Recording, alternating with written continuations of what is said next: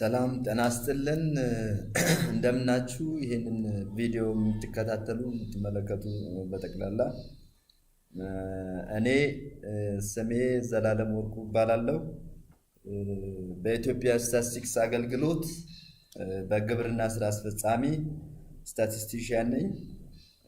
ዛሬ በቪዲዮ የመጣሁበት ምክንያት እንደምታወቀው የኢትዮጵያ ስታቲስቲክስ አገልግሎት በ2017 ዓ.ም የግብርና ናሙና ቆጠራ ለማካሄድ ሰፊ ዝግጅቶችን አካሂዶ ወደ ስራ እየገባ ይገኛል። በዚህ የግብርና ናሙና ቆጠራ ከሚሰሩ ስራዎች አንዱ የሰብል አጨዳ ስራ ነው። ስለዚህ ይሄ የሰብል አጨዳ ስራ አስመልክቶ ያው ስልጠናው በክፍል ደረጃም በተለያዩ ማዕከላት በስልጠና ማዕከላት ስልጠናው ይሰጣል። በክፍል ከሚሰጠው ስልጠና ተጨማሪ ማብራሪያ እንዲሆን አስፈላጊ የሆኑ ቦታዎች ላይ ትኩረት ሊሰጥ የሚገቡ ቦታዎች ላይ እንደ ተጨማሪ ማብራሪያ እንዲሆን በቪዲዮ የታገዘ አጠር ያለች ሐሳብ ለማቅረብ እሞክራለሁ። ስለዚህ ቅድም እንደገለጽኩኝ በዚህ ቆጠራ ከሚሰሩ ስራዎች አንዱ የሰብል አጨዳ ስራ ነው።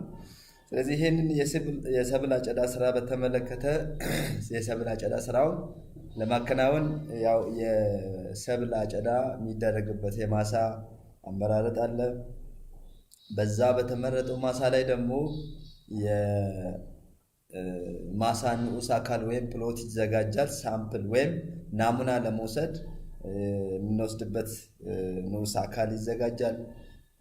በመጨረሻም ያ ከተዘጋጀው የንዑስ አካል ናሙና አጨዳ ተደርጎ ውጤት ይመዘገባል። ስለዚህ ይሄንን አሰራር በምን መልኩ ይሰራል የሚለውን አንድ በአንድ ለማየት እንሞክራለን። በመጀመሪያ በዚህ ቪዲዮ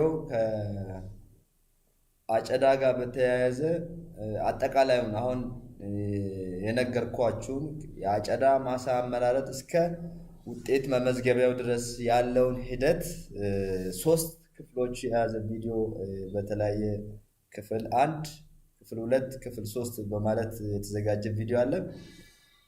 በክፍል 1 ቪዲዮ ላይ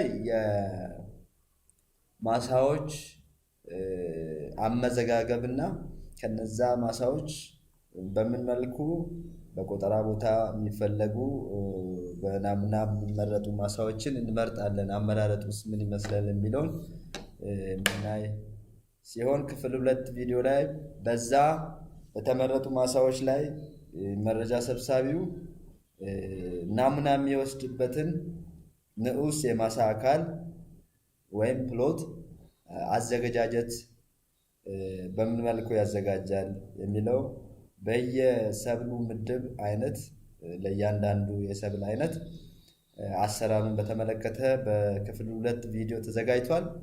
ክፍል 3 ቪዲዮ ደግሞ የሰብል አጨዳ ውጤት አመዘጋገብ፣ ከዛ ንዑስ አካል ማሳ የተዘጋጀው ማሳ አለ። ከዛ ማሳ ላይ ከተዘጋጀው ንዑስ አካል ወይም ፕሎት ናሙና በመውሰድ ውጤት አመዘጋገቡ ምን ይመስላል የሚለው በሶስተኛ ቪዲዮ ተዘጋጅቷል። ስለዚህ እነዚህ 3 ክፍሎችን የያዘ ቪዲዮ ነው። ይሄኛው በዚህኛው ቪዲዮ የመጀመሪያውን ክፍል ለማየት እንሞክራለን። በመጀመሪያ እንደ መግቢያ የተወሰኑ ሀሳቦችን ለመናገር ሞክራለሁ። በመቀጠልም የዚህ የሰብል አጨዳ ዓላማው ምንድን ነው፣ የሰብል አጨዳ ዓላማ ምንድን ነው የሚለውን አጠር ባለ መልኩ ለማየት እንሞክራለን። ሌላው በቆጠራ ቦታ የሰብል አጨዳ የሚደረግላቸው ሰብሎች የትኞቹ ናቸው? በሀገራችን በርካታ ብዙ አይነት የሰብል አይነት አለ። ስለዚህ በየምድባቸው በየሰብል ምድቡ ወይም ካታጎሪ አጨዳ የምናደርግላቸው የሰብል አይነቶች የትኞቹ ናቸው የሚለውን በየምድቡ እናያለን። በመቀጠልም የሰብል አጨዳ ማሳዎች አመዘጋገብና አመራረጥ እናያለን።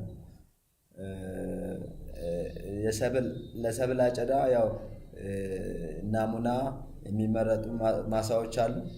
ስለዚህ ያንን ለመምረጥ አመዘጋገብና አመራረጥ ምን ይመስላል የሚለው እናያለን። ስለዚህ ያንን የምናይበት ሴክሽን ይኖራል። በመቀጠልም ለሰብል አጨዳ በተመረጠው ያው ማሳ ላይ የማሳ ንዑስ አካል ወይም ፕሎት ይዘጋጃል። ያንን አዘገጃጀቱን የምናይበት ሴክሽን ይኖራል። በአጠቃላይ በመጨረሻ ደግሞ ከዛ ንዑስ አካል የሰብል አጨዳ ተካሂዶ አጨዳ ውጤት አመዘጋገብ በተመለከተ እናይና በአጠቃላይ የሰብል አጨዳ በምናደርግበት ጊዜ መረጃ ሰብሳቢው ማድረግ ያለባቸው ጥንቃቄዎች ምንድናቸው የሚለውን ለማየት እንሞክራለን። የሀገራችን አብዛኛውን የክፍለ ኢኮኖሚ የያዘው የግብርና ሴክተሩ ነው። መንግስትም ያንን ለግብርናው ክፍለ ኢኮኖሚ ትኩረት በመስጠት ሰፊ የስትራቴጂ በመንደፍ ፖሊሲዎችን በማውጣት በተለያየ ጊዜ የማሻሻያ ስራዎችንም በማድረግ የተለያዩ ጥናቶችንም በማስጠናት በጥናቶች ላይ መሰረት በማድረግ እርምጃዎችንም በመውሰድ በተለያየ ጊዜ እነዚህን ስራዎች ሲያከናውን ቆይቷል። ይህንን የግብርና ክፍለ ኢኮኖሚ ለማሻሻል ማለት ነው። ስለዚህ ለነዚህ የተለያዩ እርምጃዎችን ለመውሰድ የሚያገለግሉ ደግሞ ግብአት የሚሆኑ ጥናቶች ያስፈልጋሉ። የኢትዮጵያ ስታትስቲክስ አገልግሎትም ለዚሁ ዓላማ የሚሆን ወቅታዊ መረጃ ማቅረብ ስላለበት መረጃ ለመሰብሰብ በ2017 የቆጠራ ለማካሄድ ታቅዷል። ኦልሬዲ ወደ ስራ ተገብቷል። ይህም በዚህ ቆጠራ በዓለም አቀፍ ደረጃ ተነጻጻሪና ተቀባይነት ያለው ዘመናዊ የስታትስቲክስ የአሰራር ዘዴዎችን ቴክኖሎጂዎችን በመዘርጋት ሰፊ የዝግጅት ስራዎች ተካሂደዋል። ከሌሎች ሀገራት ጋር ተነጻጻሪ በዓለም አቀፍ ደረጃም ተነጻጻሪና ተቀባይነት ያለው ዘመናዊ አሰራሮችንም በመተግበር ሰፊ ዝግጅቶች ተደርገዋል። በዚህ ጥናት ከሚሰበሰቡ መረጃዎች ቅድም ለመግለጽ ሞክሬያለሁ። አንዱ ምርት መጠን ለማስላት በግብዓትነት የሚውለው ምርታማነት መረጃ ነው። ስለዚህ ይህንን የምርታማነት መረጃ ደግሞ የምናገኘው ለሰብል አጨዳ በናሙና ከተመረጠ ማሳ ላይ በሳይንሳዊ ዘዴ የማሳ ንዑስ አካል ተዘጋጅቶ ከዛ የማሳ ንዑስ አካል ወይም ፕሎት ሳምፕል ወይም ናሙና ተወስዶ ታጭዶ ወይም ተለቅሞ ለቋሚ ሰብሎች ሲሆን ይለቀማል። እንደዛ ተደርጎ የምርት መጠኑ ተመዝኖ ከሚገኘው ውጤት ነው የምርታማነት መረጃ የምናገኘው። ይህ የምርታማነት መረጃ ደግሞ የምርትን መጠን ለማስላት በግብዓትነት የሚውል ይሆናል ማለት ነው። ስለዚህ የዚህ የሰብል አጨዳ ዋና ዓላማው ምንድን ነው?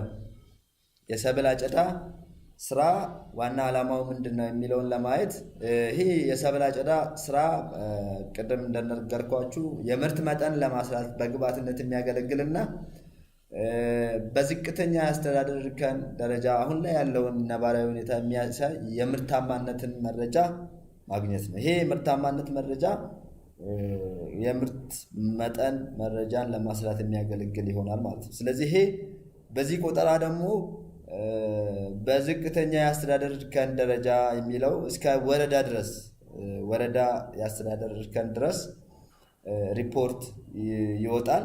ስለዚህ እስከ ወረዳ ድረስ ያለውን የይልድ ወይም ምርታማነት መረጃ የሚያስገኝ ይሆናል ማለት ነው። ሌላው ከቆጠራው በኋላ ለሚካሄዱ ጥናቶችም ይህ የምርታማነት መረጃ ለሚቀጥሉት ለተለያዩ በግብርና የሚጠኑ ጥናቶች ላይ እንደ ግብዓትነት የሚያገለግል የምርታማነት መረጃ ይሆናል ማለት ነው። ስለዚህ ይሄ የምርታማነት መረጃ ከዚህ የሰብል አጨዳ ስራ ውጤት የሚገኝ ይሆናል። ስለዚህ የሰብል በዚህ የቆጠራ ስራ አጨዳ የምናደርግላቸው ሰብሎች በየምድባቸው ወይም ካታጎሪ የትኞቹ ሰብሎች ናቸው የሚለውን ለማየት ያህል የመጀመሪያው የብርና አገዳ ሰብሎች በዝርዝር ቀርበዋል። ከ1 እስከ 13 የሚሆኑ ሰብሎች አሉ። ጥራጥሬ ሰብሎች አሉ። በጥራጥሬ ካታጎሪ ውስጥ ወይም ምድብ ውስጥ ከ1 እስከ 12 የተዘረዘሩ ሰብሎች አሉ። የቅባት ሰብሎች እነዚህ የቅባት ሰብሎች ከ1 እስከ 7 የተዘረዘሩ በቅባት ሰብሎች ምድብ ውስጥ ያሉ የሰብል ዝርዝሮች አሉ። እነዚህ አትክልትና ስራ ስር እንደዚሁም በየምድባቸው አጨዳ የምናደርግላቸው ሰብሎች ተዘርዝረዋል። ቋሚ ሰብሎች እንደዚሁ ከ1 እስከ 13 የሚሆኑ ቋሚ ሰብሎች ላይ የሰብል አጨዳ ወይም ለቀማ ቋሚ ሰብሎች ላይ እናደርጋለን። በመጨረሻም የቅመማ ቅመም 4 የሚሆኑ ቅመማ ቅመሞች ላይ የሰብል አጨዳ ይከናወናል ማለት ነው። ስለዚህ እነዚህ ሁሉ ሰብሎች አንድ ቆጠራ ቦታ ውስጥ ይገኛሉ ማለት ሳይሆን መረጃ ሰብሳቢዎች እንዲገነዘቡ የሚፈልገው ነገር ከነዚህ አጨዳ የሚመለከታቸው ብለን ከዘረዘርናቸው ሰብሎች መካከል በዛ ቆጠራ ቦታ ውስጥ ማሳ ምዝገባ በ30ም በተመረጡ 30 ቤተሰቦች ውስጥ የሚገኙ ማሳዎች ዝርዝር ምዝገባ ከዚህ በፊት በሌሎች የማሳ መመዝገቢያ መጠይቆች ላይ ተመዝግቧል። በዛ ቆጠራ ቦታ ውስጥ ከተመዘገቡ በ30ም ቤተሰብ ከተመዘገቡ ማሳዎች ውስጥ በእነዚህ አጨዳ የምናደርግላችሁ ብለን በዝርዝር ውስጥ ካሉ ሰብሎች ውስጥ መካከል የሚገኝ ከሆነ እነዛ ሰብሎች ላይ የሰብል አጨዳ እናካሄዳለን ማለት ነው። ስለዚህ እነዚህ ሁሉ ሰብሎች አንድ ቆጠራ ቦታ ውስጥ ይገኛሉ ማለት እንዳልሆነ በደንብ ሊገነዘቡ ይገባል ማለት ነው። ስለዚህ መረጃ ሰብሳቢ በሚሰራበት ቆጠራ ቦታ ውስጥ ከነዚህ ሰብሎች ውስጥ በዛ ቆጠራ ቦታ ውስጥ ያ ሰብል ካለ በዛ ሰብል ላይ የሰብል አጨዳ ስራ ይከናወናል ማለት ነው። ስለዚህ ያንን ማሳ እንዴት አመዘጋገቡን በዛ ሰብል የተያዙ ማሳዎች ምዝገባውን እንዴት ነው የሚያደርገው፣ ምርጫ እንዴት ያደርጋል የሚለውን ደግሞ ከዚህ ቀጥሎ የምናየው ይሆናል። ነገር ግን በዋናነት መያዝ የሚያስፈልገው ይሄ የመረጃ ሰብሳቢ መመሪያ ማኑዋል ላይም አለ የሰብሎች ዝርዝር። ስለዚህ ያንን የሰብሎች ዝርዝር በማየት በዛ ቆጠራ ቦታ ውስጥ ከተመዘገቡ ማሳዎች በእነዛ ሰብሎች የተያዙ ማሳዎችን የሰብል አጨዳ መዝግበን ምርጫ ተካሂዶ የሰብል አጨዳ ስራው ይከናወናል ማለት ነው። ስለዚህ የሰብል አጨዳ ማሳ መምረጫ እንዴት እንመርጣለን የሚለውን መጀመሪያ እናያለን። ስለዚህ ለሰብል አጨዳ በቆጠራ ቦታ ደረጃ በሰብል አይነት 5 ማሳዎችን ይመረጣሉ። ያ በደንብ እዚህ ጋር እንዲገነዘቡ የሚፈልገው በሰብል አይነት በአንድ ቆጠራ ቦታ ውስጥ በሰብል አይነት 5 ማሳዎች ይመረጣሉ ማለት ነው። ስለዚህ በአንድ አይነት ሰብል ለምሳሌ በጤፍ የተያዘ ማሳ በዛ ቆጠራ ቦታ ውስጥ መረጃ ሰብሳቢ የመዘገባቸው 40 ማሳዎችን ቢኖሩ ለዚህ ስራ ለሰብል አጨዳ ስራ በጤፍ ከተያዙ 40 ማሳዎች 5 ማሳዎችን በራንደም በመምረጥ ለሰብል አጨዳ 5 ማሳዎች ላይ ብቻ ይህ የሰብል አጨዳ ይከናወናል ማለት ነው። ስለዚህ እነዚህን 5 ማሳዎችን ለመምረጥ የሰብል አጨዳ የሚከናወንበት ማሳ ለመምረጥ የሰብል አይነት በቆጠራ ቦታው በ30 ቤተሰቦች ስር አጨዳ የሚደረግለትን ሰብል አይነት የተያዙ ማሳዎችን ወደ ታብሌት የሰብል አጨዳ ማሳ መምረጫ ቅጽ ወይም ታብሌት ላይ ይመዘገባሉ፣ ይተላለፋሉ። ስለዚህ ይሄንን መረጃ ሰብሳቢው ያው የቤቱም ሆኖ መጀመሪያ ቀድሞ የማሳ ምዝገባ ስላደረገ ቀድሞ የማሳ ልኬም ስላደረገ እያንዳንዱ መረጃ እጁ ላይ ስለሆነ እነዚህን ስራዎች ልክ በሰብል አይነት እነዛን በዛ ሰብል የተያዙ ማሳዎችን ከ30ው ቤተሰብ ማሳ ምዝገባ ካደረገው ውስጥ እነዛን ወደ ታብሌቱ ማስተላለፍ ይችላል ማለት ነው። ስለዚህ ይሄንን ሲያስተላልፍ ምናልባት ማስታወሻ አያያዙን በተመለከተ በደንብ ለዚህ አመዘጋገብ ለዚህ የማሳ ምዝገባ ለመምረጫ በሚመዘገብበት ጊዜ እንደ ምሳሌ አንድ ማስታወሻ አያያዝ ለማሳየት ሞክራለሁ። ይሄም ለማስታወሻ መረጃ ሰብሳቢዎች ሲይዙ በደንብ በተደራጀ መልኩ ከያዙ ለዚህ ለማሳ በምን መልኩ ማሳዎችን በምን መልኩ መዝግበው ለዚህ አጨዳ ሲያስተላልፉ እንዳይቸገሩ በዚህ መልኩ እያንዳንዷን ማሳ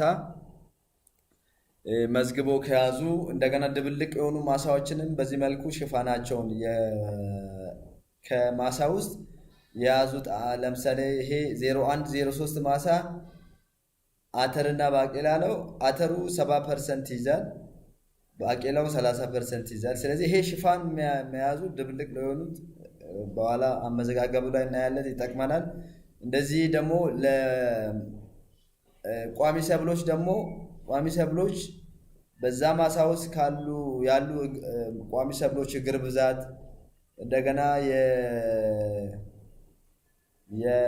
ከዛ ከቋሚ ሰብል እግሮች ውስጥ ምርት ለመስጠት የደረሰ በምርት ዘመኑ ምርት የሚሰጡ ቋሚ ሰብሎች እግር ብዛት ስንት ነው፣ ምርት የማይሰጡም ቋሚ ሰብሎች እግር ብዛት ምን ያህል ነው የሚለው እነዚህን ከያዝን በደንብ እዚህ ላይ ሳንቸገር እናስተላልፋለን ማለት ነው። ስለዚህ ይህንን መረጃ ሰብሳቢው ሲያስተላልፍ በመጀመሪያ የፒውር ስታንድ ያ ማለት አንድ አይነት ሰብል ብቻ የተያዙ ማሳዎችን ያስተላልፋል። ከማሳው ከመዘገበው ማስታወሻ ላይ እንደገና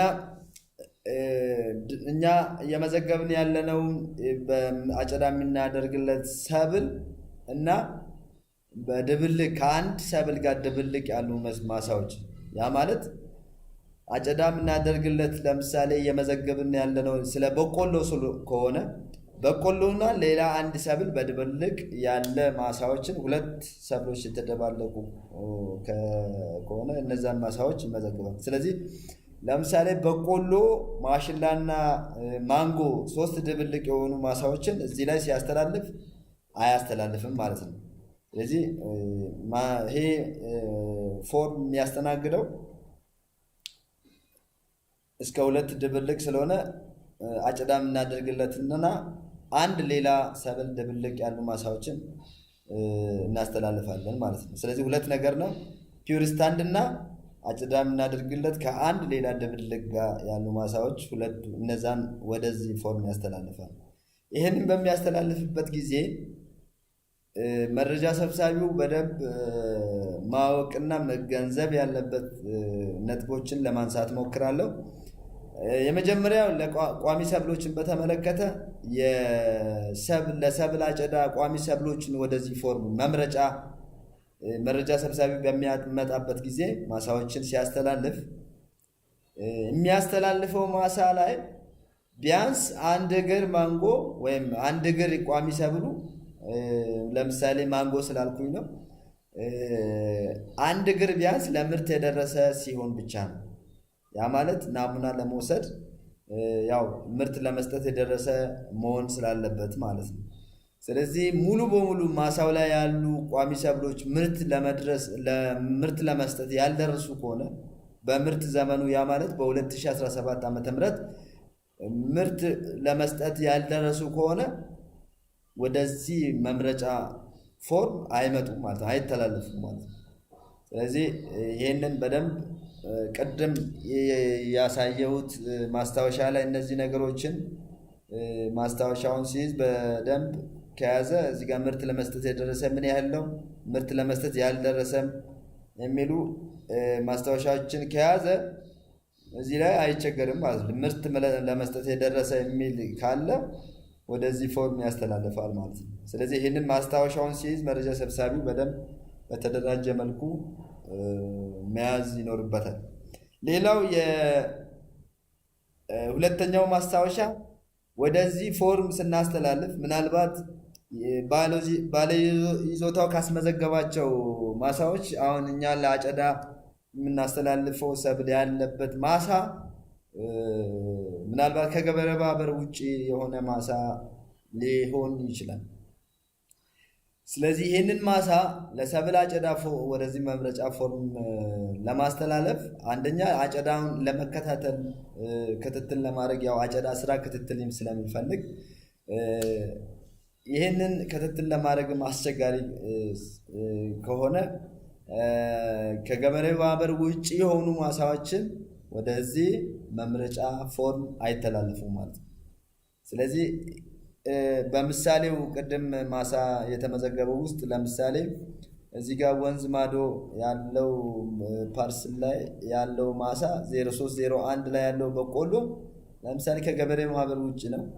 ስለዚህ እነዚህ ነገሮች ማስታወሻው ላይ በደንብ ማሳ ለመመዝገብ በሄደበትና ማሳ ልኪ በሚያደርግበት ጊዜ መረጃ ሰብሳቢው እነዚህን ማስታወሻዎችን ይዞ በጥንቃቄ ወደዚህ ወደ መምረጫ ፎርም ማስተላለፍ ይኖርበታል።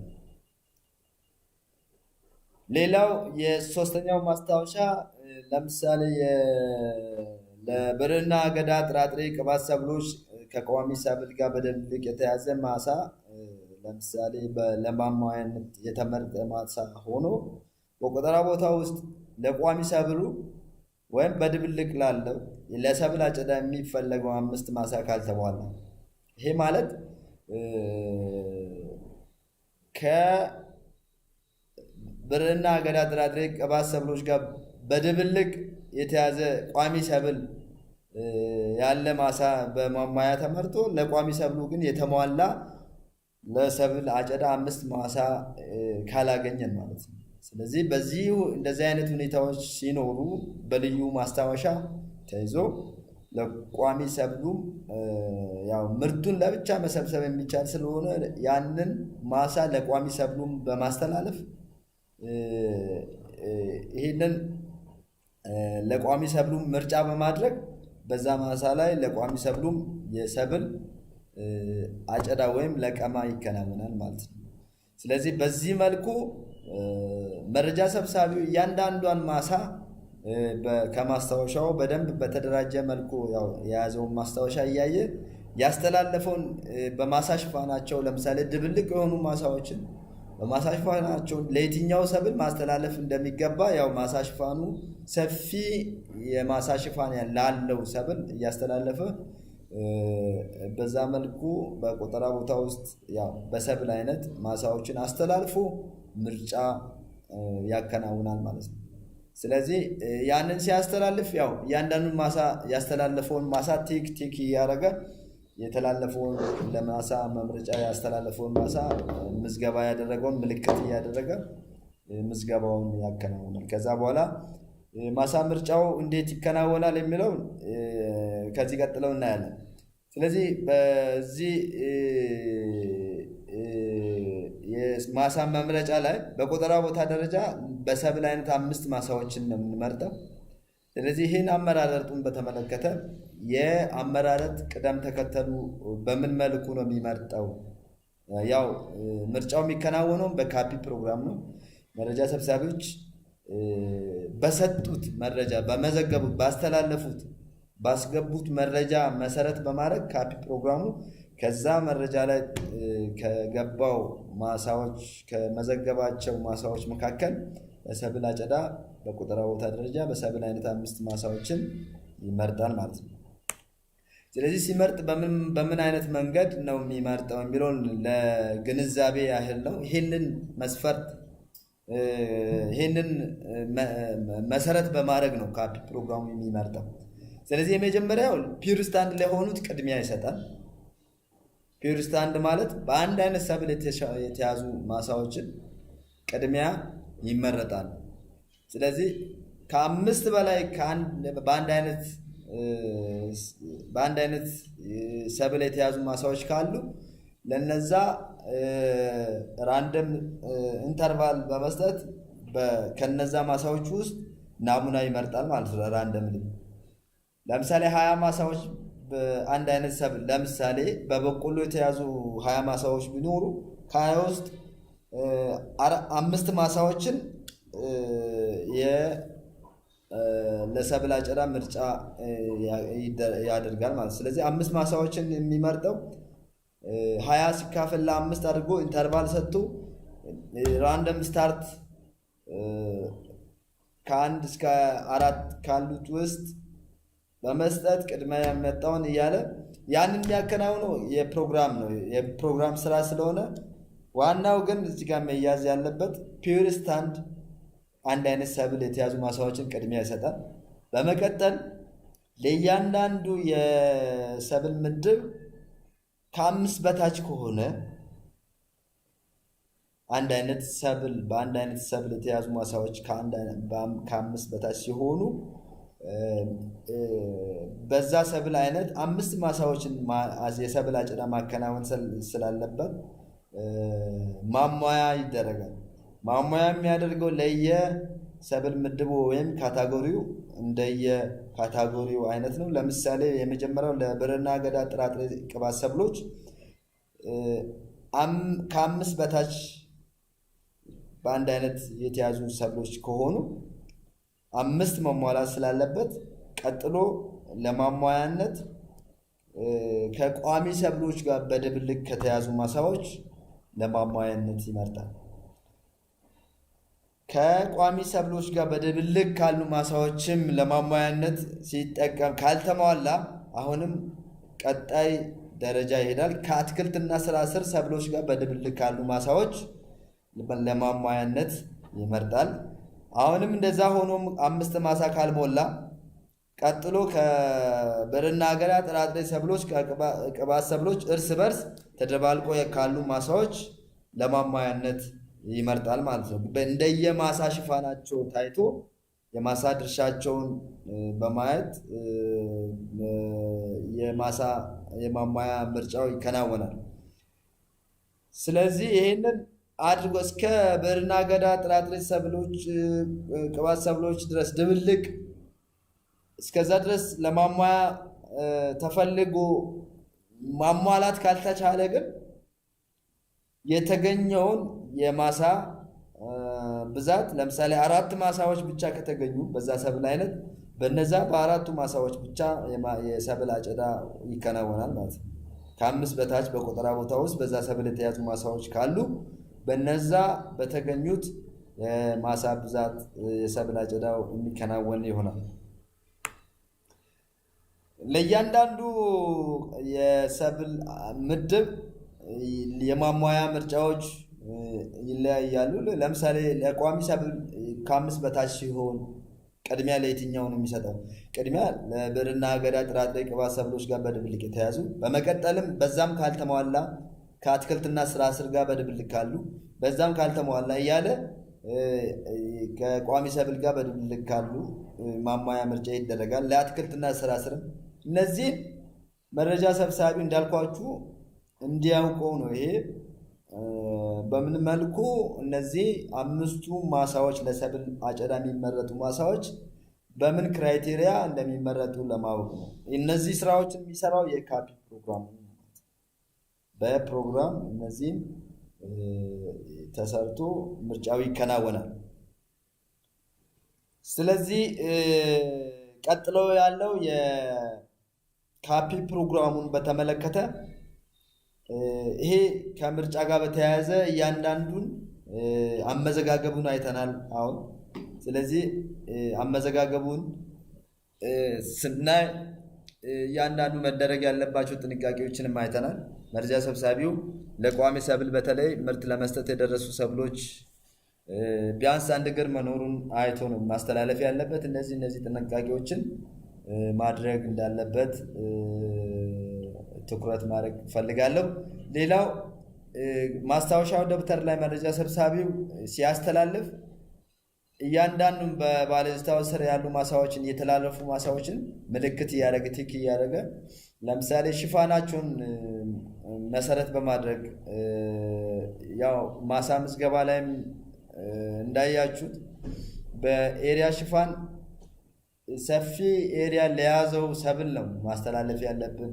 ስለዚህ ያንን ስናስተላልፍ ለየትኛው ሰብል አይነት ይህንን ማሳ ባስተላልፍ ለሰብል አጨዳ የሰብልን አጨዳውን ማከናወን እንችላለን የሚለው ሰፊ ሽፋን ላለው ማሳ የሰብል አይነት እናስተላልፋለን ማለት ነው። ስለዚህ በዚህ መልኩ የማስተላለፉን ሂደት ካየን አመራረጥ ቅደም ተከተሉንም አይተናል። ስለዚህ አሁን ከዚህ ቀጥሎ የምናየው አመዘጋገቡና የአመራረጡን በተመለከተ የካፒ ፕሮግራሙ ገጽታ ምን ይመስላል?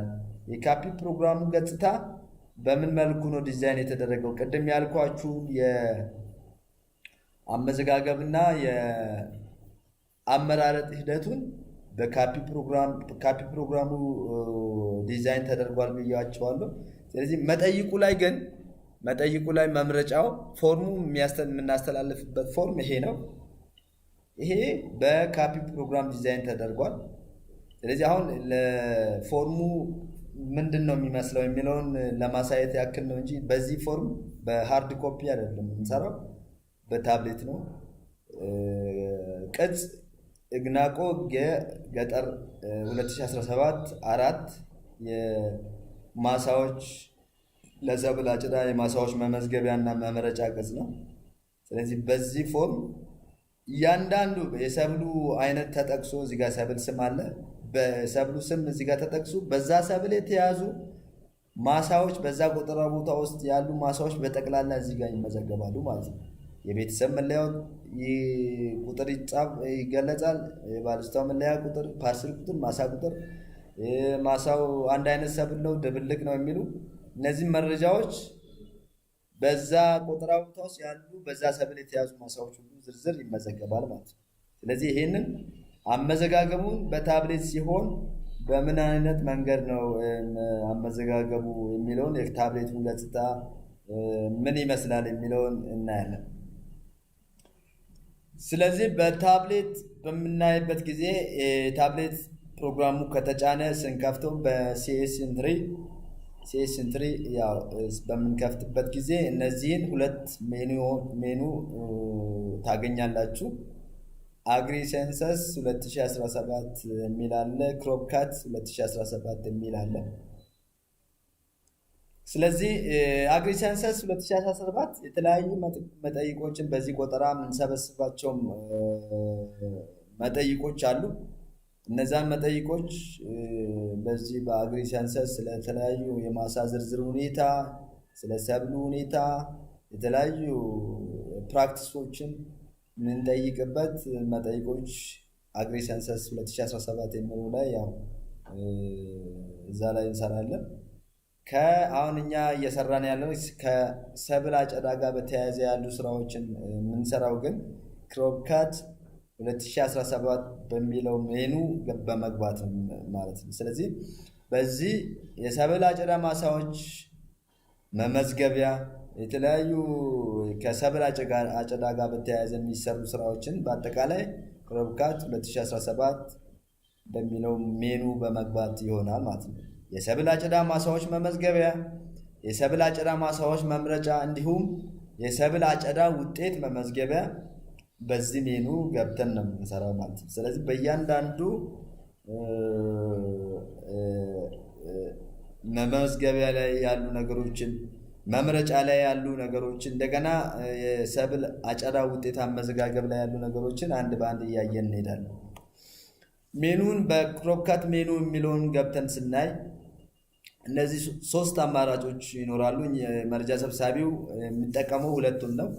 የመጀመሪያው መረጃ ሰብሳቢ በሚለው ገብቶ ነው ሁሉንም ከሰብል አጨዳ ጋር በተያያዘ ያሉ ስራዎችን የሚያገኘው።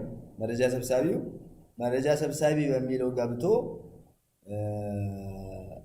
ማሳዎች መመዝገቢያ፣ የሰብል አጨዳ ናሙና ማሳዎች ምርጫና አመራረጡ፣ እንደገና የሰብል አጨዳ ውጤት መመዝገቢያውንም እዛ በመረጃ ሰብሳቢ በሚለው ገብቶ ነው የሚያገኘው። ሌላው የታችኛው የተመረጡ ሰብሎችን ለማየት የሚል አማራጭ መልስ አለ። ያ ማለት የሰብል አጨዳ ለማድረግ ማሳዎችን መዝግበን የሰብል አጨዳ ማሳዎችን ምርጫ አድርገን የተመረጡ ማሳዎችን ለማየት የትኞቹ ማሳዎች ናቸው ለሰብል አጨዳ የተመረጡት የሚለውን መረጃ ሰብሳቢው በማንኛውም በሚፈልግበት ጊዜ በሚፈልግበት ሰዓት ይህንን በመምረጥ ማየት ይችላል ማለት ነው። የትኞቹ ማሳዎች ናቸው የተመረጡት የሚለውን ማየት ይችላል ማለት ነው። በማንኛውም ጊዜ የተመረጡ ማሳዎችን ማለት ነው። ስለዚህ መረጃ ሰብሳቢ በሚለው ሲገባ ሜኑ እነዚህ 6 አይነት ሜኑዎች ያገኛል መረጃ ሰብሳቢው። እነዚህ 6ቱንም ሜኑዎች ምን የትኛውን ምን ለማድረግ ነው የሚገባው የሚለውን ለማየት እንሞክራለን። የመጀመሪያው ለሰብል አጨዳ የማሳዎች መመዝገቢያ ይላል። ይሄ ለሰብል አጨዳ የማሳዎች መመዝገቢያ የሚለው ለሁሉም የሰብል ምድቦች ስር ላሉ ሰብል አይነቶች ለሰብል አጨዳ መምረጫ ማሳዎችን የምንመዘግብበት ሜኑ ነው ማለት ነው። ስለዚህ ለሁሉም ምድቦች የምንለው ለምሳሌ ለብርና አገዳ ጥራጥሬ ቅባት ሰብሎች ምድብ አለ። እዛ ስር ለምሳሌ ጤፍ፣ ጥራጥሬ ላይ ለምሳሌ ባቄላ አለ። ለእያንዳንዱ በሁሉም ምድቦች ላሉ የሰብል አይነቶች የማሳ መምረጫ ለማድረግ መጀመሪያ ማሳ እንመዘግባለን። ስለዚህ ያንን ማሳ የምንመዘግብበት ሜኑ ነው ማለት ነው ለቋሚ ሰብሎችም ለሁሉም ምድቦች።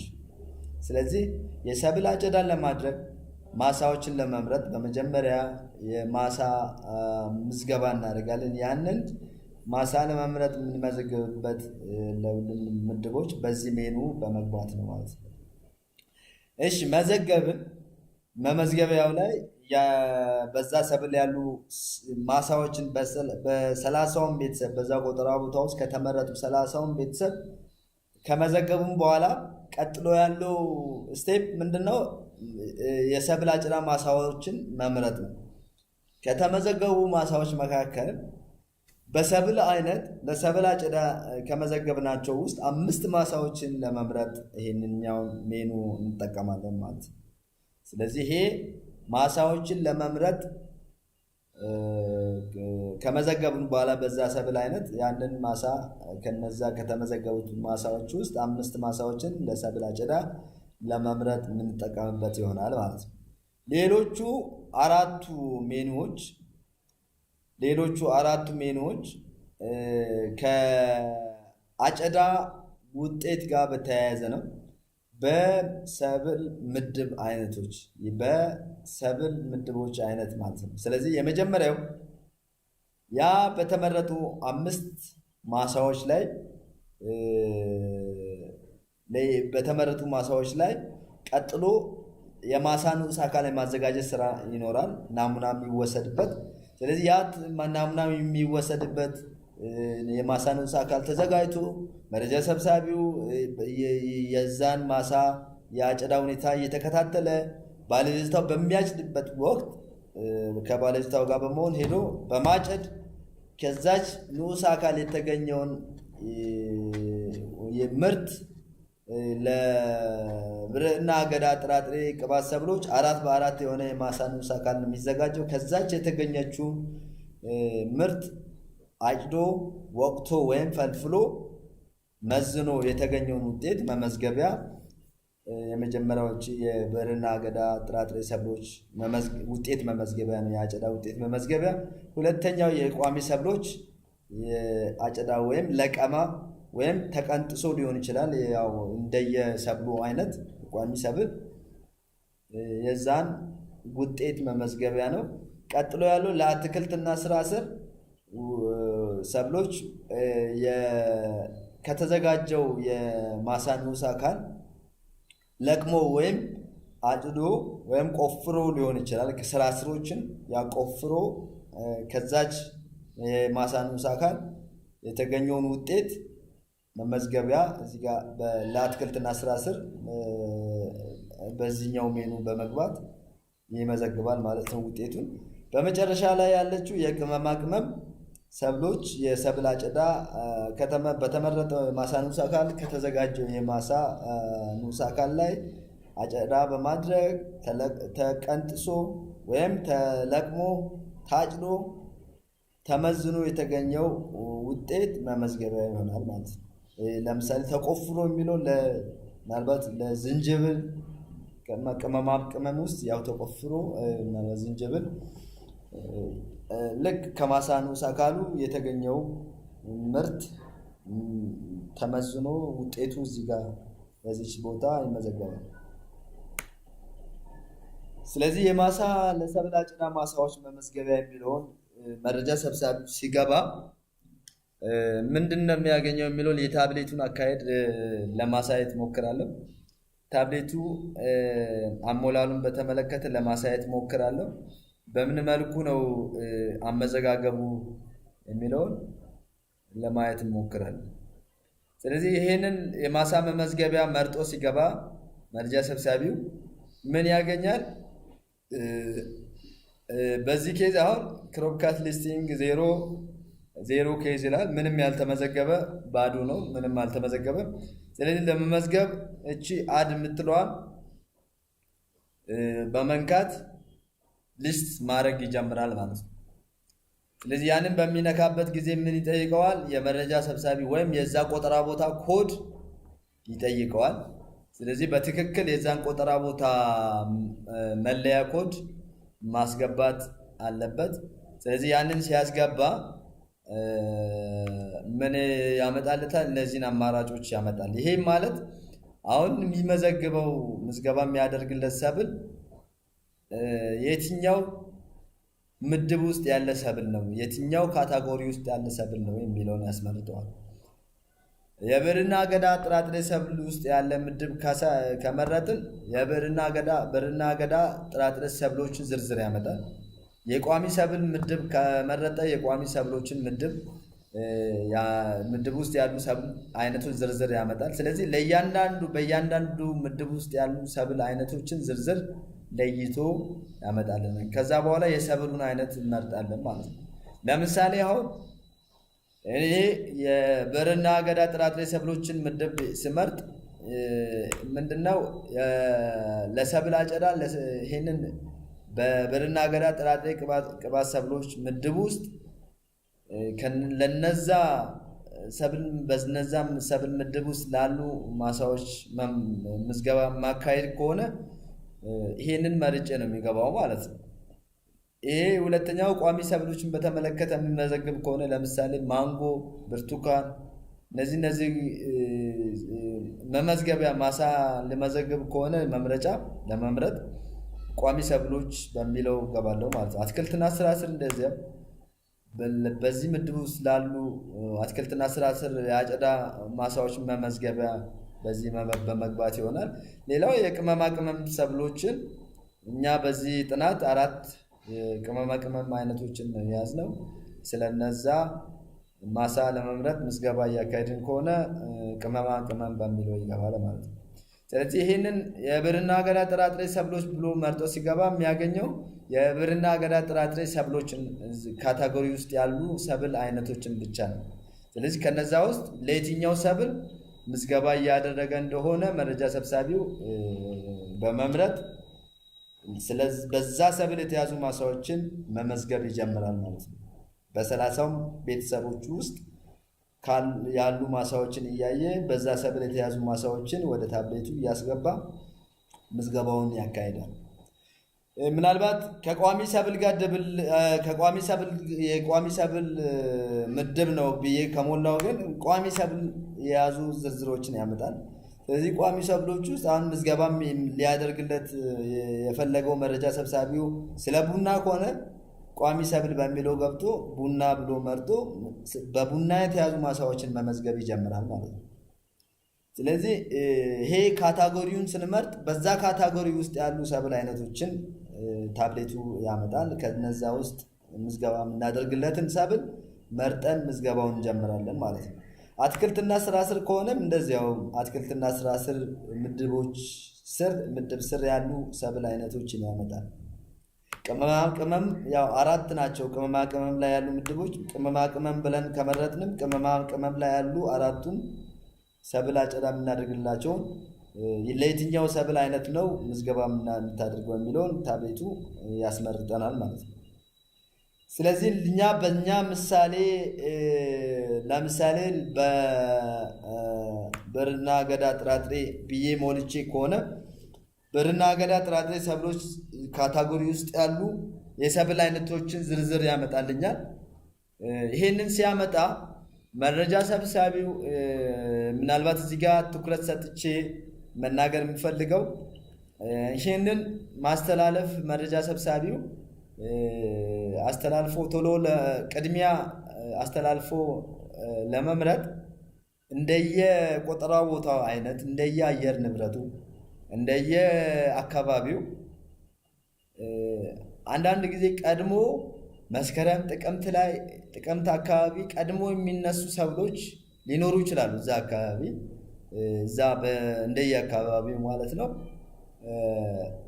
ያንን አሁን ቀድሞ ማሳ ምዝገባ በሚያደርግበት ጊዜ መረጃ ሰብሳቢው እንደገና ማሳ ልኬ በሚያደርግበት ጊዜ እነዚህ ነገሮችን በማጤን እነዚህ ነገሮችን በማየት ማሳውን እያንዳንዱን ማሳ ሲለካ ስለሚያየው እያንዳንዱን ማሳ ምዝገባ ሲያደርግ ስለሚያየው በቆጠራ ቦታ ውስጥ ካሉ ሰብሎች ውስጥ የትኛው ሰብል ቀድሞ ሊደርስ እንደሚችል ቀድሞ ሊታጨድ እንደሚችል በማጤን ያንን የሰብል አይነት በደንብ ማስታወሻ ላይ ይዞ ቀድሞ በዛ ሰብል የተያዙ ማሳዎችን በማስተላለፍ ወደ ታብሌቱ ምርጫ አከናውኖ ቀድሞ የአጨዳ ስራ መከታተሉን መጀመር ይኖርበታል ማለት ነው። አጨዳም ከደረሰ ቶሎ ማጨድ ምናልባት ያ ማሳ ከተመረጠም አጨዳ ክትትሉን በዛ ሰብል አይነት መጀመር ይኖርበታል ማለት ነው። ስለዚህ እዚህ ጋር ትኩረት ማድረግ የፈለኩት አጨዳ እንዳያመልጠው በዛ ሰብል አይነት ቀድሞ ሊታጨዱ የሚችሉ ሰብሎችን ቅድሚያ ሰጥቶ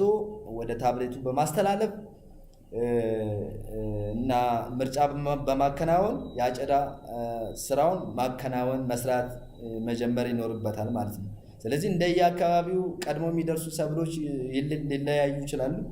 ስለዚህ የአካባቢውን ወይም የዛን ቆጠራ ቦታ ሁኔታ ያው ማሳ ምዝገባ ላይም ብያለው ማሳ ልኬ ላይም መረጃ ሰብሳቢው ስለሚያየው በዛ ባየው መሰረት ቀድሞ ሊታጨዱ የሚችለውን ቶሎ አስተላልፎ አጨዳ ማከናወን ይኖርበታል። ስለዚህ ለምሳሌ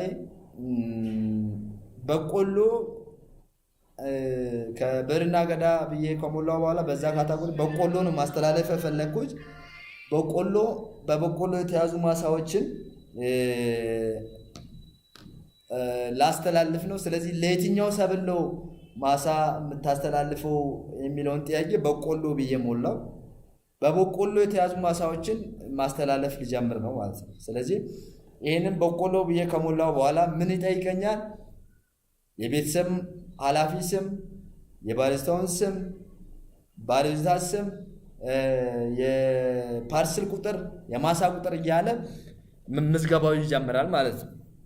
ስለዚህ ያ ማሳ በበቆሎ የተያዙ ማሳዎች አሁን በምሳሌው መሰረት በበቆሎ የተያዙ ማሳዎችን በጠቅላላ በ30 ቤተሰብ ውስጥ ያሉ በበቆሎ የተያዙ ማሳዎችን ወደዚህ አስተላልፋለሁ ማለት ነው። ያንን ስናደርግ ምንድነው የሚያሳየው? እዚህ ጋር የቤተሰቡ ኃላፊ ስም የሚለው 30 ቤተሰብ እንደዚህ ዝርዝር ያመጣል።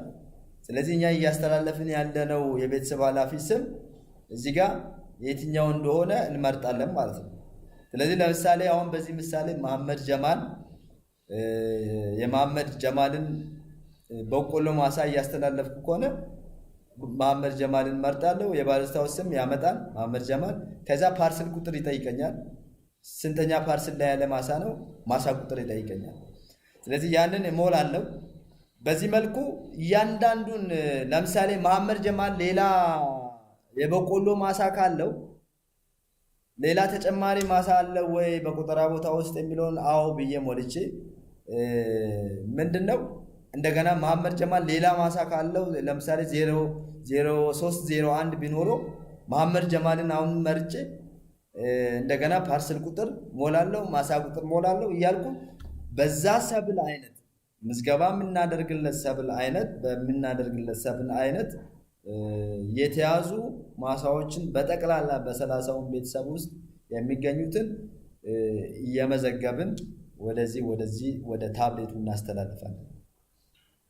ስለዚህ ይህንን ስናስተላልፍ የቤተሰብ ኃላፊ ስም፣ የባለስታው ስም፣ አጨዳ የሚደረግለት ሰብል የሚገኝበትን ፓርሰል ቁጥር፣ ማሳ ቁጥር እየሞላን እንሄዳለን ማለት ነው። ያን ማሳ ቁጥር ከሞላን በኋላ ምን ያመጣልናል? ማሳው የያዘው አንድ አይነት ሰብል ነው ወይስ ድብልቅ ነው? ማሳው የያዘው አንድ አይነት ሰብል ነው ወይስ ድብልቅ ነው የሚለው የማሳው ያው ቅድም እንደነገርኳችሁ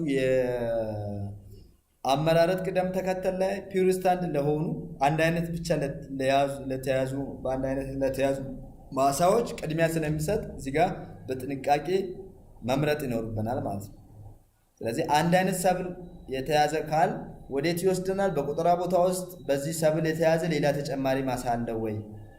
ስለዚህ አሁን ድብልቅ ብዬ ስላልሞላው ሌላ የሰብል አይነት አልጠየቀኝም። አንድ አይነት ሰብል ነው ብዬ ከሞላው በዚህ ቆጠራ ቦታ ውስጥ ኦልሬዲ ሌላ ሰብል አለ ወይ የሚለውን ይወስደኛል ማለት ነው። ስለዚህ ያንን ሲሄድ አዎ ብዬ በቆጠራ ቦታ ውስጥ ያሉ ማሳዎች እስከሚያልቁ አዎ እያልኩ ይቀጥላለሁ ማለት ነው። በቆጠራ ቦታ ውስጥ በዛ ሰብል የተያዙ በ30ውን ቤተሰብ ውስጥ በዛ ሰብል የተያዙ ማሳዎች እስከሚጠናቀቁ ድረስ መዝግቤ እስከማጠናቀቅ ድረስ አዎ እያልኩ ይቀጥላለሁ ማለት ነው። ምናልባት የመዘገብኩት እዚህ ጋር አንድ አይነት ሰብል ነው ወይ የሚለውን ድብልቅ ሲሆን ምንድን ነው የሚያመጣው ታብሌቱ የሚለውን ለማየት ድብልቅ ሲሆን ምንድን ነው ያው በድብልቅ የተያዙ ማሳዎች የሚተላለፉ ብለናል። በድብልቅ ስንል ግን እዚህ ጋር መገንዘብ የሚያስፈልገው ቅድምም ማስታወሻ ላይ ገልጫለሁ። በድብልቅ ስንል አጨዳ የምናደርግለት ሰብልና ሌላ አንድ ሰብል ድብልቅ ሲሆን በድብልቅ የተያዙ ሲሆን ብቻ ነው። ያም ማለት ለምሳሌ አሁን ይዘን የመጣ ነው በምሳሌው መሰረት በቆሎ ነው። በቆሎና ሌላ አንድ ሰብል በድብልቅ የተያዘ ሲሆን ብቻ ነው። 3 ድብልቅ ከሆነ እዚህ ጋር ወደዚህ ፎርም አናመጣውም ማለት ነው። ስለዚህ ያንን በድጋሚ ለትኩረት ለማድረግ ስለፈለግኩኝ ነው። ስለዚህ በድብልቅ ስንል ምንድን ነው የሚያመጣው ታብሌቱ ላይ የሚለውን ስናይ በድብልቅ የሚለውን ስንሞላ ምን ያስመርጠናል? በድብልቅ ያልከው ምን አይነት ከምን ጋር ነው ድብልቅ የሚለውን ያስመርጠኛል። ድብልቅ ብዬ ስሞላ ከየትኛው ካታጎሪ ጋር ነው ድብልቅ? ያ ማለት ድብልቅ ከቋሚ ጋር ነው? ድብልቅ ከአትክልትና ስራ ስር ጋር ነው ወይስ ድብልቅ ከብርና አገዳ ጥራጥሬ ቅባት እና ቅባት ሰብሎች ጋር? ስለዚህ እነዚህ ለምንድን ነው የምጠይቀኝ? ቅድም የአመራረት ቅደም ተከተልም ስናይ በእነዚህ ክራይቴሪያ ቅደም ተከተል ስለሚሰጥ ከየትኛው ሰብል ጋር ነው ድብልቅ የተያዘው የሚለውን ያስመርጠኛል። ስለዚህ አሁን በምሳሌው መሰረት እኔ አሁን የመዘገብኩኝ ያገኘሁት የመሐመድ ጀማልን ከብርና አገዳ ጥራጥሬ ሰብል ጋር የተደባለቀ ማሳ ነው። ስለዚህ እሱን ስመርጥ ከብርና አገዳ ጥራጥሬ ሰብሎች ጋር ስመርጥ ምንድነው በብርና አገዳ ጥራጥሬ ሰብሎች ካታጎሪ ዝርዝር ነው የሚያመጣልኝ። ስለዚህ እዚህ ጋር አሁን ከቀይ አደንጓሬ ጋር ነው ድብልቅ ብዬ ሞላው። በቆሎና ቀይ አደንጓሬ ነው። እዚህ ጋር ግን ከቋሚ ጋር ብዬ ብሞላ እዚህ ጋር የሚያመጣልኝ ምንድነው የቋሚ ምድብ ውስጥ ያሉ ቋሚ ሰብሎች ዝርዝር ነው የሚያመጣው ማለት ነው። ስለዚህ አሁን እኔ የሞላሁት ብርና አገዳ ጥራጥሬ ሰብሎች ጥራጥሬና ቅባት ሰብሎች ጋር ድብልቅ ስላልኩ የብርና አገዳ ጥራጥሬ ሰብሎች እና ቅባት ሰብሎች ዝርዝር ነው ያመጣልኝ። ስለዚህ በዛ መልኩ ከየትኛው ሰብል ጋር ድብልቅ እንደሆነ እንሞላለን። ከዛ በኋላ ምን ይጠይቀናል? የሰብል በማሳ ሽፋን በመቶኛ ምን ያህል ነው? የሚለውን ይጠይቀኛል። አንደኛው ሰብል የሚለው ያን መረጃ ሰብሳቢዎችን መገንዘብ ያለብን አጨዳ የምናደርግለት ሰብል እንደማለት ነው። አንደኛ ሰብል የሚለው አጨዳ የምናደርግለት ሰብል እንደማለት ነው። ያ ማለት እዚህ ላይ በደንብ ለማውራት የምፈልገው እዚህ ጋር ማስገንዘብ የምፈልገው በብዛት በሽፋናቸው አጨዳ የምናደርግበት ሰፊውን ኤሪያ የያዘ ሽፋን ያለው የመጀመሪያው ፐርሰንት እዚህ ጋር ለምሳሌ ስናይ 90 እና 10 ነው። ሰፊውን ሽፋን የያዘው ይሄ አጨዳ የምናደርግለት ሰብል ነው። ስለዚህ በሽፋናቸው አሁን ይህንን ማሳ ለቀይ አደንጓሬ ከማስተላልፍ ለበቆሎ አስተላልፌ በመርጥ ያው በቆሎ የሰብል አጨዳ ለማድረግ የተሻለ ይሆናል ብዬ ስላሰብኩ ወደዚህ ለበቆሎ አስተላልፋለሁ ማለት ነው። ስለዚህ ይሄንን እንደየሽፋናቸው እያየን እናስተላልፋለን በያዙት የማሳ ድርሻ ማለት ነው። ስፋት ሽፋን ድርሻ የበቆሎ አሁን በያዝነው አንደኛ ሰብል የሚለው መጀመሪያ ላይ አጨዳ የምናደርግለት ሰብል እንደማለት ነው። 90% ነው። 10% ያለው ከአጨዳ የምናደርግለት ሰብል ጋር በድብልቅ የተያዘው ሰብል ማለት ነው። ያንንም ሽፋን እናስቀምጣለን። ያ ማለት የነዚህ ፐርሰንቶች ድምር 100% መሆን ይኖርበታል ማለት 90 እና 10 100 ነው። ግን ከዛ በላይም ወይም በታችም ሲሆን ከ100% የሽፋን ፐርሰንት ድምር ከ100 በላይም በታችም ሲሆን እንደዚህ አይነት ሜሴጆችን ያሳያል ካፒ ፕሮግራሙ። የሞላው ከ100% በላይ ነው ወይም በታች ነው። ለየትኛውን የማሳ ድርሻ ታስተካክላለህ? መጀመሪያ ላይ የመዘገብከውን የሰብል አይነት ታስተካክላለህ ወይስ የሁለተኛውን የሰብል አይነት ያው በድብልቅ የተያዘውን ታስተካክላለህ የሚለውን ይህንን ሜሴጁን በማንበብ በያዙት የማሳ ድርሻ በማየት ያንን ማስተካከል ይኖርብናል። ድምሩ 100 መሆን ይኖርበታል ማለት ነው። በማሳ ድርሻቸው እንደያዙት የማሳ ስፋት ሽፋን የሁለቱም ድምር 100 ሆኖ በማሳ ድርሻቸው መቀመጥ ይኖርበታል። ሌላው በቆጠራ ቦታ ውስጥ ሌላ በዚህ ሰብል የተያዘ ተጨማሪ ማሳ አለ ወይ የሚለው በቆጠራ ቦታ ውስጥ ያሉ በዛ ሰብል የተያዙ ማሳዎች እስከሚጠናቀቁ ድረስ ተጨማሪ ማሳ አለ ወይ የሚለውን አዎ የሚለውን አማራጭ መልስ በመምረጥ በዛ ቆጠራ ቦታ ውስጥ ምዝገባ እያደረግንለት ባለው ያለው ሰብል የተያዙ ማሳዎች በጠቅላላ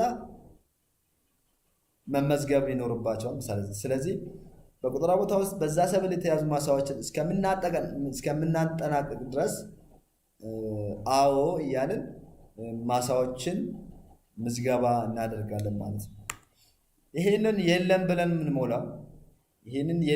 የምንሞላው መረጃ ሰብሳቢ በቆጠራ ቦታ ደረጃ ምዝገባ እያደረገለት ያለውን ሰብል በዛ ሰብል የተያዙ ማሳዎች ከ30ውን ቤተሰቦች ስር በጠቅላላ ምዝገባ አድርጎ ማጠናቀቁን በደንብ አጣርቶ እርግጠኛ ሲሆን ተጨማሪ ማሳ አለ ወይ የሚለውን የለም የሚለውን አማራጭ መልስ በመምረጥና በመጨረሻ ይሄንን የለም ብሎ ሲመርጥ አክሴፕት ኬዝ የሚል ይመጣል። የስ የሚለውን አማራጭ ይሞላል። ከዛ በሰብሉ አይነት ምዝገባውን አጠናቀቀ ማለት ነው። ስለዚህ ካፒ ፕሮግራሙ ሴቭ ሲያደርግ ምንድነው በቆጠራ ቦታ አይዲ እና በሰብሉ ስም እዚህ ጋር ሴቭ ያደርገዋል ማለት ነው። በሰብሉ ስም ሴቭ ያደርገዋል። ስለዚህ በቆጠራ ቦታ ደረጃ አሁን ለምሳሌ በበቆሎ አንድ ነው እንደዚህ ሊገኝ የሚችለው ማለት ነው። በቆጠራ ቦታ ደረጃ የተመዘገቡ በበቆሎ የተያዙ ማሳዎችን በጠቅላላ ሊስት የያዘችው እዚች አንድ ኬዝ ናት ማለት ነው። ስለዚህ ይሄንን ግን የለም ብሎ ለመሙላት መረጃ ሰብሳቢው በደንብ በ30ውን ቤተሰብ ውስጥ በዛ ሰብል አይነት የተያዙ ማሳዎች በጠቅላላ ወደ ታብሌቱ ማስተላለፉን እርግጠኛ ሲሆን መሆን ይኖርበታል ማለት ነው።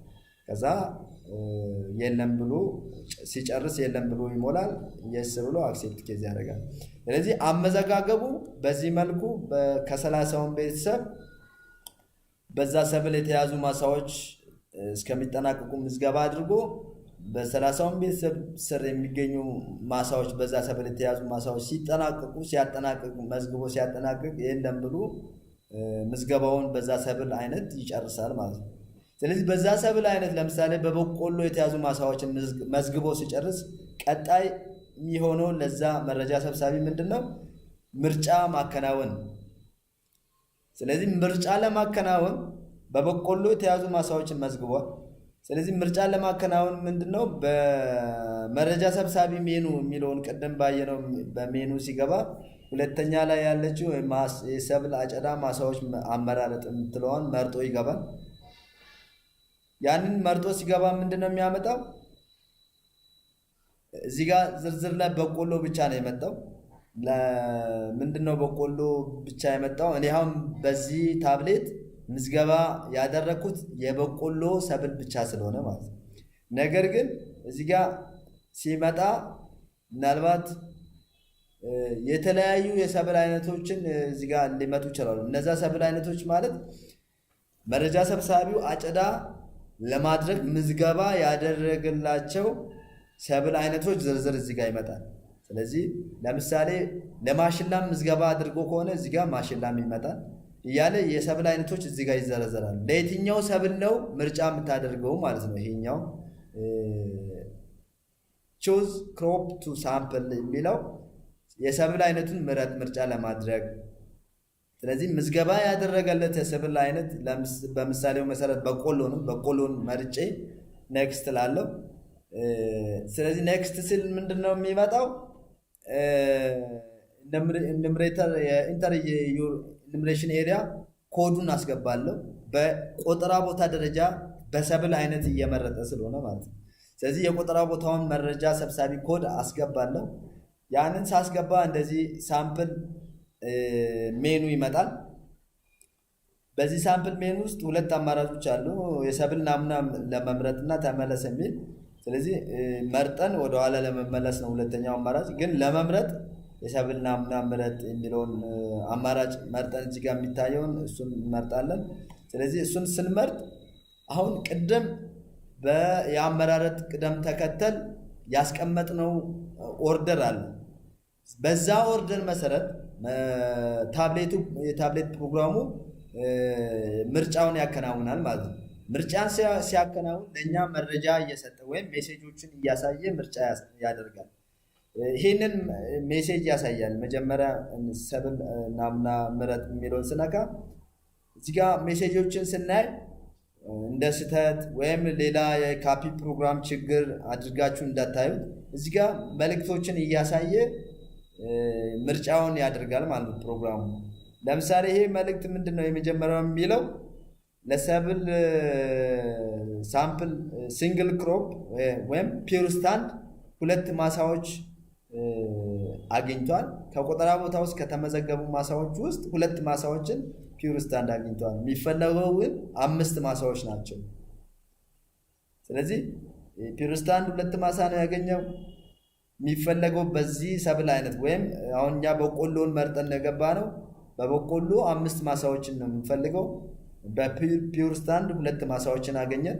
ስለዚህ 3 ማሳዎች ይጎላሉ ማለት ነው። 3 ማሳዎችን አሁን ቅድም የአመራረጥ ቅደም ተከተል ላይ የማሟያ ምርጫዎችን እንዴት እናከናውናለን በሚለው ላይ አይተናል። በዛ ክራይቴሪያ መሰረት በማድረግ ፕሮግራሙ ቀጥሎ 3 ማሳዎችን በምን መልኩ ምርጫውን ያከናውናል የሚለውን ያው እያየን እንሄዳለን ማለት ነው። ስለዚህ ይህንን ከፒውር ስታንድ 2 ማሳ አግኝቻለሁ የሚለውን ሜሴጅ መልእክት ለመረጃ ሰብሳቢው ያሳያል። ኦኬ ብሎ ይሄዳል። ቀጥሎ ሜሴጅ ያመጣል። ያም ሜሴጅ ደግሞ ማሟያ፣ ያ ማለት ማሟያ 5 ካልሞላ ለነዚህ ብዕርና አገዳ ጥራጥሬ ሰብሎች ምድብ ውስጥ ላሉት ቀጥሎ ከቋሚ ጋር ካሉ ድብልቆች ነው የምንወስደው ተባብለናል። አሁን በቆሎ በዚህ ምድብ ውስጥ ስላለ ብዕርና አገዳ ጥራጥሬ ሰብሎች ውስጥ ቅባት ሰብሎች ስላለ ብዕርና አገዳ ስለሆነ ቀጥሎ ከቋሚ ጋር ያሉ ድብልቆችን ነው ማሟያ ምርጫ የሚያደርገው። ከዛ ውስጥ 2 ማሳዎችን አሁንም ታብሌት ፕሮግራሙ 2 ማሳዎችን አገኘ። አሁንም ፒውር ስታንድ 2 ቋሚ ሰብል 2 አግኝቷል። አንድ ይቀራል። አሁንም 4 ማሳዎችን መርጧል። አሁን ከቋሚ ጋር ካሉ ማሳዎችም ከመረጠ በኋላ አሁንም ካልተሟላልን ሶስተኛ ስቴፕ ምንድነው ያለው? ከአትክልትና ስራ ስር ካሉ ማሳዎች ጋር በድብልቅ ያሉ ማሳዎችን እንደ ማሟያ እንወስዳለን ተባብለናል።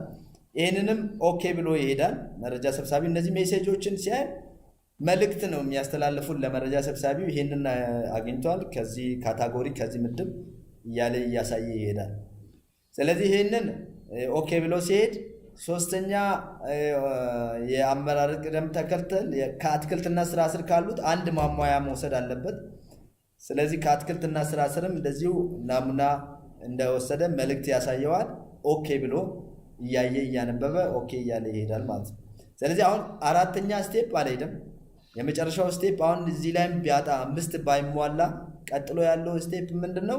ብዕርና አገዳ ጥራጥሬ ቅባት ሰብሎች ከእርስ በርስ ድብልቅ ካሉት ውስጥ ለማሟላት ይሄድ ነበር። ነገር ግን እዚህ ላይ ከአትክልትና ስራ ስር አንድ ማሳ ወሰደ፣ 5 ሞላልን። በበቆሎ የተያዙ ማሳዎች መረጠ ማለት ነው። ሲጨርስ እንደዛ ልክ ኦኬ ብሎ ሲጨርስ በዚህ መልኩ ይመጣል። ሎግ አውት የምንልበት ሌላ ናሙና ውሰድ የሚለውን አማራጭ መርጦ የካፒ ፕሮግራሙ እነዚህን 5ቱን ማሳ መርጦ ሲጨርስ በመጨረሻ ሌላ ናሙና ለመውሰድ የሚለውን አማራጭ ይዞ ይመጣል። ያንን መርጠን ምርጫው በዚህ መልኩ ለዛ ሰብል አይነት እናጠናቅቃለን ማለት ነው። በዛ ሰብል አሁን የበቆሎን አመራረጥ አጠናቀቅን ጨረስን ማለት ነው። ከጨረስን በኋላ ምንድነው መረጃ ሰብሳቢ የሚያደርገው? መረጃ ሰብሳቢው ከመረጠ በኋላ የሚያደርገው ያንን የተመረጡ ማሳዎችን ማየት ይሆናል። የትኞቹ ማሳዎች ናቸው የተመረጡት የሚለውን ማየት ይሆናል። ቅድም ሜሴጁ ላይ እንዳሳየው 2 ፒውር ስታንድ አግኝቷል፣ 2 ከቋሚ ጋር ድብልቅ አግኝቷል፣ 1 ደግሞ ከአትክልትና ስራ ስር አግኝተዋል የሚለውን ሜሴጅ አይቷል። ነገር ግን ማሳዎቹ የትኞቹ ናቸው የሚለውን ለማየት የተመረጡ ማሳዎችን ለማየት የሚለውን አማራጭ ሶስተኛውን አማራጭ መርጦ ይገባል። ይህንም መርጦ ሲገባ በሁለት አይነት መንገድ ማየት ይችላል መረጃ ሰብሳቢው ማሳዎችን። አንደኛው ሁሉንም የተመረጡ ማሳዎችን ለማየት ያ ማለት የተለያየ አይነት የተለያዩ ምድቦች ላይ ያሉ ሰብል አይነቶችን ያው ማሳ መዝግበን ለሰብል አጭዳ ምርጫ እናከናውናለን። የተለያዩ ምድቦች ላይ ያሉ ሰብል ቀደም አጨዳ የሚደረግላቸው ላልናቸው ሰብሎች ምዝገባ አድርገን ምርጫ እናከናውናለን። ስለዚህ ሁሉንም የተመረጡ ማሳዎችን ለማየት ከፈለገን ሁሉንም የተመረጡ ማሳዎች ሰብሎች ለማየት የሚለውን መርጠን ነው የምንገባው። ሁለተኛው አማራጭ በሰብል አይነት ለማየት ለይቼ እኔ አሁን በበቆሎ የተመረጠውን የማሳ 5ቱን ማሳ ብቻ ማየት ቢፈልግ በሰብል አይነት ለማየት የሚለውን አማራጭ መርጬ እገባለሁ ማለት ነው። ስለዚህ በሰብል አይነት ያለውን መርጬ ሲገባ አሁን የመጣልኝ አንድ ሰብል ብቻ ነው፣ አንድ ብቻ መርጬ ስለሆነ ማለት በዚህ ታብሌት የበቆሎን ብቻ ነው የመረጥኩት። ሌላም ሰብል መርጬ ቢሆን ምናልባት የተለያዩ አጨዳ የሚደረግላቸውን መርጬ ከሆነ እዚህ ጋር ምርጫ ያደረግንለት ሰብል ሁሉ ዝርዝር ይመጣል ማለት ነው እዚህ ጋር። ስለዚህ አሁን እኔ በዚህ ምሳሌ በዚህ ታብሌት ላይ የበቆሎ ብቻ ነው ምርጫ የተደረገው፣ በቆሎ ብቻ መጣ። እሱን መርጣለሁ። እሱን መርጬ ኔክስት ስል የተመረጡ ማሳዎች ሃውስሆልድ አይዲ ያ ማለት የቤተሰብ መለያ ቁጥሩ፣ የባለቤቷን ስም፣ ፓርስል ቁጥር፣ የሰብሉን ስም እንዲሁም ከምን ጋር ሰብሉ ከምን ጋር ድብልቅ ነው ፒውር ስታንድ ነው የሚለውን የሚያሳይ ይመጣል ማለት ነው። ስለዚህ ቀደም እንደነገርኳችሁ 2ቱ ፒውር ስታንድ ናቸው። እዚህ ጋር እንደምትመለከቱት 2ቱም ፒውር ስታንድ መረጠ። ቀጥሎ 2 ፒውር ስታንድ ብቻ 3 ይጎላል። ያንን ለማሟላት ቅድሚያ ከቋሚ ጋር ያለውን ሰጥቶ ሁለት ማሳዎችን መረጠ። ሁለቱ ማሳዎች የማን ናቸው? እዚህ ጋር ዮብ ሰንዳዲ 021 የቤተሰብ መለያ 0201 ማሳ ላይ በቆሎ ከቋሚ ሰብል ጋር ድብልቅ ተመረጠ። ሌላው ከቋሚ ሰብል ጋር የተመረጠው የማን ማሳ ነው? 011 የቤተሰብ መለያ የእስክንድር ተስፋዬ 0203 ላይ ያለው በቆሎ ከቋሚ ሰብል ጋር ያለው ድብልቅ ያለው ማሳ ተመርጧል። ለማሟያነት ደግሞ ሌላ ከ4 ማሳ ሆነና ቀጣይ ለማሟላት ከአትክልትና ስራ ስር ካሉ ድብልቆች አንድ ማሳ ተመርጧል። ያ ማለት 001 የባለስታው ስም አለምሸት አየለ፣ ፓርሰል ቁጥር 01 ማሳ ቁጥር 03 ላይ ያለው ማሳ በቆሎ ከአትክልትና ስራ ስር ጋር ድብልቅ ያለ ማሳ ተመርጧል ማለት ነው። ስለዚህ ልክ በዚህ መልኩ በአመራረጥ ቅደም ተከተል እኛ ቅድም ባየነው መሰረት ታብሌት ፕሮግራሙ ስቴፑን ጠብቆ ምርጫውን አከናውኖ በዚህ መልኩ ያሳየናል ማለት ነው። ስለዚህ መረጃ ሰብሳቢው ይሄንን መዝግቦ ይዞ ቀጣይ ስራዎችን በእነዚህ በተመረጡ ማሳዎች ላይ እንዳልኳችሁ ቀጥሎ የሚሰሩ ስራዎች አሉ። ስለዚህ ለዛ ስራ እነዚህን ማስታወሻው ላይ ይዞ ወደ ማሳ ንዑስ አካል ማዘጋጀት፣ የአጭዳ መከታተል ስራዎች ላይ ይገባል ማለት ነው። ስለዚህ ከዚህ ይህንን ካየ በኋላ 5 ማሳዎችን አይቶ መዝግቦ ከያዘ በኋላ በዚህ ኤክስ ምልክት አለች፣ በእሷ ይወጣል። በዛ በሚወጣበት ጊዜ መውጫ የሚል አማራጭ ያሳያል። ያንን ኦፕሽን መውጫ የሚለውን ነክቶ ይወጣል ማለት ነው። እችን ነክቶ መውጣት ይኖርበታል። ካየ በኋላ ሰብል በሰብል አይነት ለይቶ አየ። ከዛ በኋላ የተመረጡ ማሳዎችን ካየ በኋላ መውጫ የምትለውን ነክቶ ይወጣል። ስለዚህ ያንን አሁን 5ቱን በሰብል አይነት የተመረጡ ማሳዎችን ለይቷል። ከዛ በኋላስ ምንድነው የሚያከናውነው የሚለውን ነው። መረጃ ሰብሳቢው ለሰብል አጨዳ በተመረጡ ማሳዎች ላይ በሁሉም ማሳዎች ላይ ወቅቱን እየጠበቀ የሰብል አጨዳውን ያከናውናል።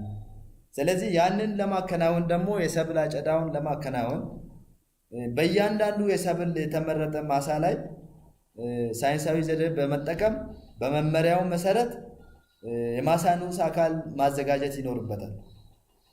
ስለዚህ የማሳ ንዑስ አካል የሚያዘጋጀው ደግሞ የማሳ ንዑስ አካል የሚያዘጋጀው ልክ የአዘገጃጀት መመሪያ አለ። ያንን የአዘገጃጀት መመሪያ በጠበቀ መልኩ በእነዚህ በተመረጡ በሰብል አይነት 5ቱም ማሳዎች ላይ በመሄድ የማሳ ንዑስ አካል የማዘጋጀቱን ስራ ይቀጥላል ማለት ነው። ስለዚህ ያንን የምናየው ይሆናል። ስለዚህ የማሳ ንዑስ አካል አዘገጃጀትን በተመለከተ ቀጥሎ የተዘጋጀ ቪዲዮ አለ። እሱን መከታተል ይችላሉ። ስለዚህ ያንን መከታተል እንደሚችሉ ለማስገንዘብ እወዳለሁ። በአጠቃላይ በዚህ ቪዲዮ ከመጀመሪያ ጀምሮ ስለ ሰብል አጨዳው ዓላማ አየን። በዚህ ሰብል አጨዳ የሚሸፈኑ ሰብሎች የትኞቹ ሰብሎች አጨዳ ይደረግላቸዋል የሚለውን አየን። በመቀጠልም የሰብል አጨዳ ለሰብል አጨዳ ማሳዎች አመዘጋገብ እንዴት ነው የሚመዘግበው የሚለውን አየን። የአመራረጥ ቅደም ተከተሉን ለየትኛው ቅድሚያ ሰጥቶ ቀጥሎ ለማሟላት እንዴት የሚያደርገው ታብሌት ፕሮግራም የሚለውን አየን። ያንንም አስመልክቶ ደግሞ አመዘጋገቡንም አመራረጡንም በታብሌት ምን አይነት ገጽታ አለው የሚለውንም ለማየት ሞክረናል። ከተመረጠ በኋላ ምርጫ ካከናወነ በኋላ እነዛን የተመረጡ 5ቱንም ማሳዎች እንዴት ማየት ይችላል? መረጃ ሰብሳቢው ቀጣይ አሁን ከዚህ ቀጥሎ የተዘጋጀው ቪዲዮ ላይ የማሳ ንዑስ አካል አዘገጃጀትን በተመለከተ እነዛን ስራዎች ለማከናወን የተመረጡ ማሳዎችን ለማየት በምን መልኩ ያያል የሚለውን ለማየት ሞክረናል። ያንን በዛ 5ቱ ማሳዎች ላይ ቀጥሎ የማሳ ንዑስ አካል ያዘጋጃል፣ የአጨዳ ክትትል ስራ ይጀምራል። ስለዚህ ተከታትሎ እንደየ አካባቢው ሁኔታ እየተከታተለ ወቅቱን ጠብቆ ባለድርሻው ምርቱን በሚያነሳበት ወይም በሚሰበስብበት በሚያጭድበት ጊዜ ከባለድርሻው ጋር ተቀጣጥሮ ያንን ከተዘጋጀው የማሳ ንዑስ አካል የሰብል አጨዳውን ያከናውናል ማለት ነው። በመጨረሻም ያው ከዚህ ቀጥሎ ያለውን ቪዲዮ ስለ የማሳ ንዑስ አካል አዘገጃጀት ያለውን ክፍል እንደምትከታተሉት ተስፋ አደርጋለሁ። ለዚህኛው ቪዲዮ ስለተከታተላችሁን በጣም አመሰግናለሁ። መልካም ቆይታ